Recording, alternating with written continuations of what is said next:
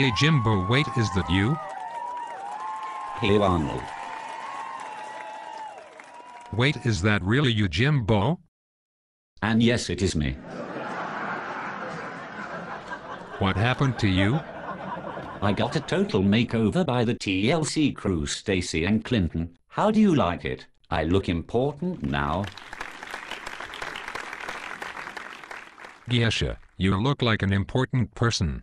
Wearing that headset and your face is lighter, not as tanned.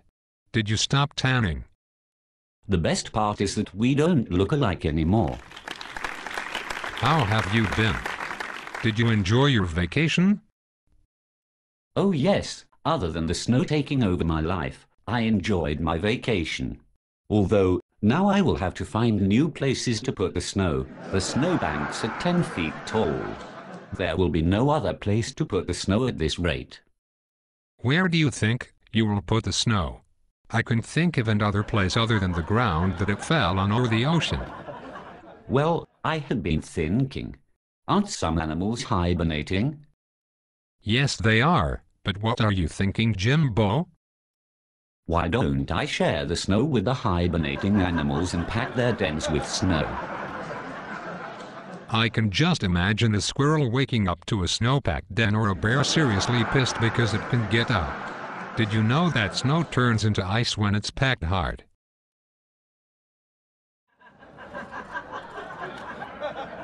I will have to be careful then. I don't want to make the scientists think they discover new Ice Age animals, do we?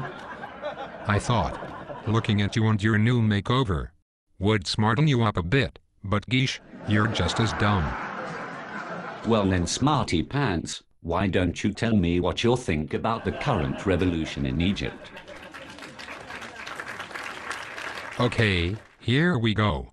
I can just imagine how our forefathers, in Boston, fought the British rule to gain their independence. I can just imagine Paul Revere riding through the old colonies in Massachusetts with a big mug of Samuel Adams Boston Lager sloshing out of it, and having to stop from town to town to replenish his beer. I don't think he got one full sip out of his mug at all. Maybe that's why he stopped a lot along the way. You're a breath of tainted air, Jimbo, really now. Riding at full gallop with an open mug of beer. Well, that does sound a bit exaggerated. Don't you remember that the American colonies were getting taxed and not represented back in England? So, the colonies took matters in their own hands and fought back, boycotting British-made goods and declaring independence from British rule. Is that when Paul Revere comes in? Well, yes, the British monarch retaliated with their army. And as soon as the army set foot in Boston, Paul Revere warned the colonies that the Redcoats are coming riding his trusty steed through towns and all across Massachusetts. Okay, I am listening.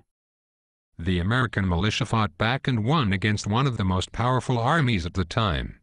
That's how we won their independence.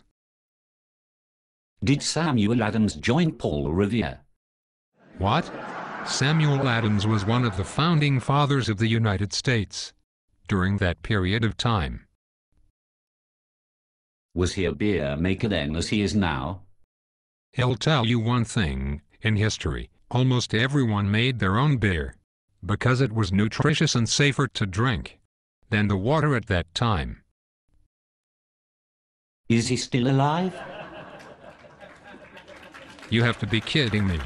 Golly, you're dense. Samuel Adams lived during the 1700s. He has been dead for a couple hundred years. Then why does he own and operate a beer company in Boston? I'm done dealing with you this episode. Jimbo, that's it.